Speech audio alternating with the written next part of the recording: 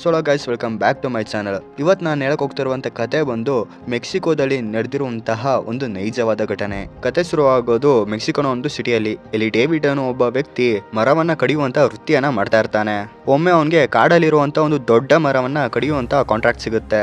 ಅದಕ್ಕೆ ಅವನು ನನ್ನೊಬ್ಬನ ಕೈಲಿ ಆ ಮರ ಕಡಿಯಕ್ಕಾಗಲ್ಲ ಅಂತ ಸಹಾಯಕ್ಕೆ ಅವನ ಹೆಂಡತಿ ಎದರ್ನ ಕರ್ಕೊಂಡು ಹೋಗ್ತಾನೆ. ಇಲ್ಲಿ ಕಾಡಲ್ಲಿ ಡೇವಿಡ್ ಮರ ಕಡಿತಾನೆ. ಎದರ್ ಆ ಮರವನ್ನ ಅಗ್ಗದಿಂದ ಇಟ್ಕೊಂಡು ಎಳಿತಾಳೆ. ಆದ್ರೆ ಈ ಬಾರಿ ಈ ಮರ ಸ್ವಲ್ಪ ದೊಡ್ಡದೇ ಇತ್ತು.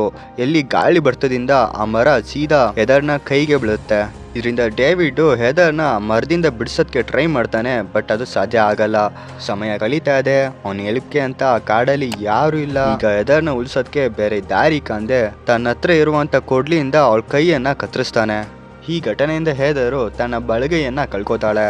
ಆಗ ಡೇವಿಡ್ ಹೆದರ್ನ ಕನ್ವಿನ್ಸ್ ಮಾಡಕ್ಕೆ ಸ್ಟೀಲ್ನಿಂದ ಒಂದು ಕೈಯನ್ನ ಮಾಡಿ ಹೆದರ್ಗೆ ಗಿಫ್ಟ್ ಮಾಡ್ತಾನೆ. ಬಟ್ ಹೆದರ್ಗೆ ಆ ಸ್ಟೀಲಿನ ಕೈ ಇಷ್ಟ ಆಗಲ್ಲ.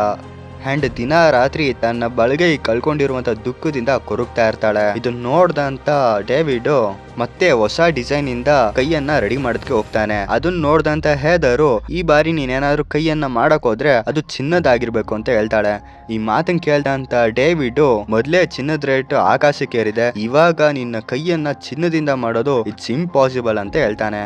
ಈ ಮಾತನ್ನ ಕೇಳ್ದಂತ ಹೆದರು, ನಿನಗೆ ಸಹಾಯ ಮಾಡಕ್ ಹೋಗಿ ನನ್ನ ಕೈ ಕಳ್ಕೊಂಡೆ, ನಿನ್ನಿಂದ ನನ್ನ ಜೀವನದಲ್ಲಿ ಇನ್ನೂ ಎಷ್ಟು ನರಕ ಅನುಭವಿಸ್ಬೇಕು ಅಂತ ಹೇಳ್ತಾಳೆ.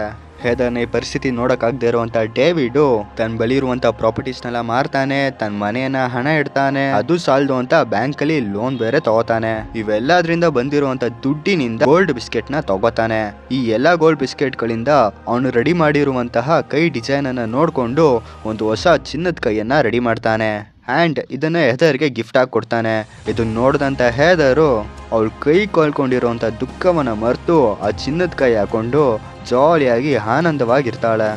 ಆದ್ರೆ ಹೆದರ್ನ ಈ ಖುಷಿ ಬಹಳ ದಿನ ಇರಲಿಲ್ಲ. ಯಾಕೆ ಅಂದ್ರೆ ಅವಳು ಚಿನ್ನದ ಕೈನ ಫಿಕ್ಸ್ ಮಾಡ್ಕೊಂಡಿರೋದ್ರಿಂದ ಅವಳ ಬಾಡಿಲಿ ದಿನ ಕಳೆದಂತೆ ಇನ್ಫೆಕ್ಷನ್ ಶುರು ಆಗುತ್ತೆ. ಕೊನೆಗೆ ಡಾಕ್ಟರು ಆ ಚಿನ್ನದ ಕೈ ಏನಾದ್ರು ಅವಳ ದೇಹದಿಂದ ತೆಗ್ದಾಕಿಲ್ಲ ಅಂದ್ರೆ ಅವಳ ಪ್ರಾಣಕ್ಕೆ ಅಪಾಯ ಅಂತ ಹೇಳ್ತಾರೆ.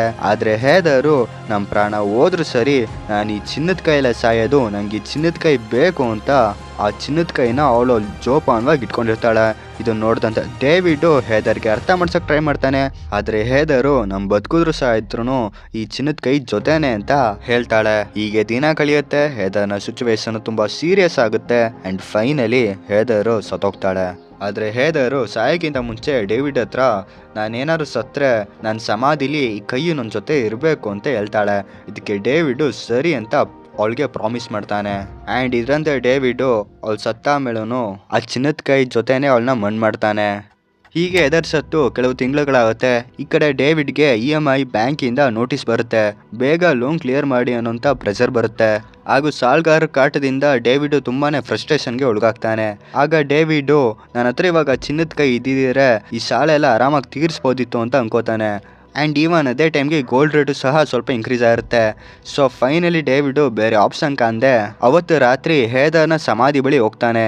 ಇಲ್ಲಿ ಡೇವಿಡ್ ಹೆದರ್ನ ಸಮಾಧಿ ಬಳಿ ಹೋಗಿ ಸಮಾಧಿಯನ್ನು ಅಗೆಯೋದಕ್ಕೆ ಶುರು ಮಾಡ್ತಾನೆ. ಆ್ಯಂಡ್ ಅವನಿಗೆ ಹೆದರ್ನ ಸಮಾಧಿ ಸಿಗುತ್ತೆ. ಇಲ್ಲಿ ಡೇವಿಡ್ ಹೆದರ್ನ ಶವದ ಬಳಿ ಇರುವಂತಹ ಚಿನ್ನದ ಕೈಯನ್ನು ನೋಡಿ ಅದನ್ನು ತಗೊಳಕ್ಕೆ ಹೋಗ್ತಾನೆ. ಬಟ್ ಸಡನ್ ಆಗಿ ಹೆದರ್ನ ಶವದ ಕಣ್ಣು ತೆರೆಯುತ್ತೆ. ಇದನ್ನ ನೋಡ್ದಂತ ಡೇವಿಡ್ ಅಲ್ಲೇ ಭಯ ಬಿದ್ದು ಶಾಕ್ ಆಗ್ತಾನೆ. ಬಟ್ ಅಕ್ಕಪಕ್ಕ ವಾತಾವರಣ ಎಲ್ಲ ಪ್ರಶಾಂತವಾಗಿರುತ್ತೆ. ಆ್ಯಂಡ್ ಶವನು ಯಾವುದೇ ರೀತಿ ರಿಯಾಕ್ಟ್ ಮಾಡ್ತಾ ಇರಲ್ಲ. ಅದನ್ನ ನೋಡ್ದಂತ ಡೇವಿಡ್ ಸರಿ ಅಂತ ಆ ಚಿನ್ನದ ಕೈಯನ್ನ ತಕೊಂಡು ತನ್ನ ಮನೆಗೆ ಹೋಗ್ತಾನೆ.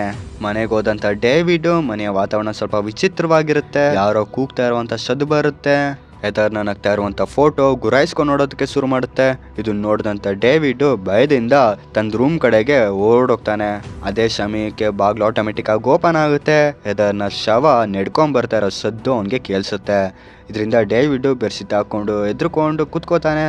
ಅದೇ ಟೈಮ್ಗೆ ಹೆದರ್ನ ಶವ ಬಂದು ಆ ಗೋಲ್ಡನ್ ಹ್ಯಾಂಡ್ನ ಕೊಡು ಅಂತ ಕೇಳುತ್ತೆ. ಇದನ್ನ ನೋಡಿದಂಥ ಡೇವಿಡ್ ಭಯದಿಂದ ಆ ಚಿನ್ನದ ಕೈಯನ್ನ ಕೊಡ್ತಾನೆ.